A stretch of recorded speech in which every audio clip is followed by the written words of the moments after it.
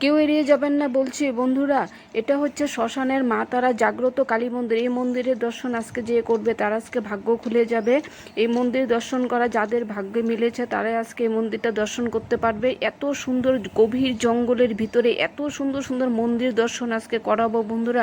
তোমরা দেখতে থাকো, ছোট্ট একটি ভিডিও, তোমরা না দেখে কেউ যাবে না। আজকে শ্রাবণ সংক্রান্তির দুধকলা গভীর জঙ্গলে গিয়ে গিয়ে মন্দিরে দুধকলা দিয়েছি।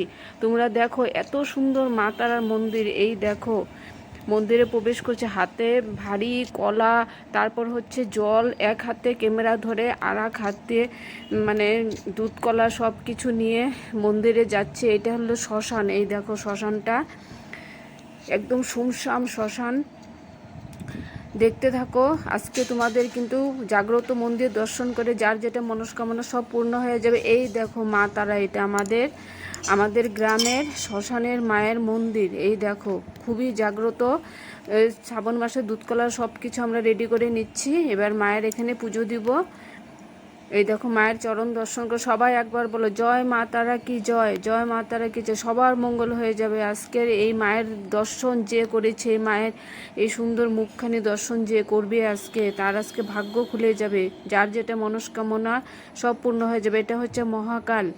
সবাই একটু নমস্কার করে নাও। এবার দুধ কলা সব কিছু জোগাড় করে নিচ্ছি। কলার পাতার মধ্যে দুধ কলা দিতে লাগে, আমাদের নিয়ম এটা। পাতার মধ্যে সব কিছু এবার সাজিয়ে দিব। কলা ছুলে দিলাম, দুধ দিয়ে দিচ্ছি,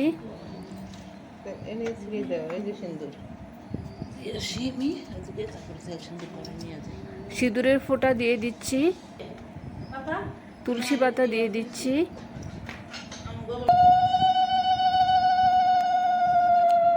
তোমরা আজকে দেখো এত সুন্দর সুন্দর দেখাবো। এখন যাচ্ছি গঙ্গায় দুধকলা দিতে, নদীতে। এই দেখো কি সুন্দর নদীর ধার, চারোদিকে ফাঁকা খোলা মাঠ, একটাও বাড়িঘর নেই, নিঝুম একদম। এই দেখো কি সুন্দর।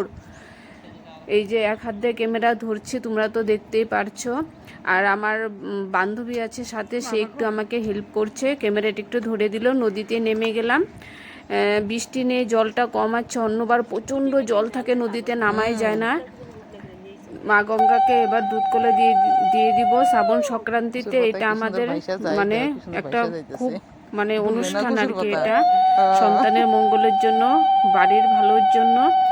সকালবেলা উপোস থেকে সকাল 7টায় বেরিয়ে পড়েছি। প্রচণ্ড রৌদ্র উঠে যায়, অনেকটাই দূর হেঁটে হেঁটে যেতে হয়। তো মা গঙ্গাকে দুধ কলাটা দিয়ে দিলাম। দেখো কলার পাতায় একটু দুধ ঢেলে দিচ্ছি গঙ্গায়। এই দেখো কি সুন্দর ভেসে যাচ্ছে, দেখো দুধ কলার পাতায়। তারপর যাচ্ছি পাগলা স্থানে ভোলে শঙ্করের মন্দিরে। দেখো কি সুন্দর সিনারি, কি সুন্দর আমাদের জায়গা। দেখো মন্দিরে যাওয়ার জায়গাগুলো এত সুন্দর, ধান ক্ষেত বুনেছে চারোদিকে, কি সুন্দর সবুজ আর সবুজ। এই দেখো তোমরা এখন পাগলা স্থানে ভোলে শঙ্করের মন্দির দর্শন করবে। অনেকটাই উঁচু, দেখো চারোদিকে গভীর জঙ্গল। এই ভোলে শঙ্করের মন্দির একটা জাগ্রত মন্দির।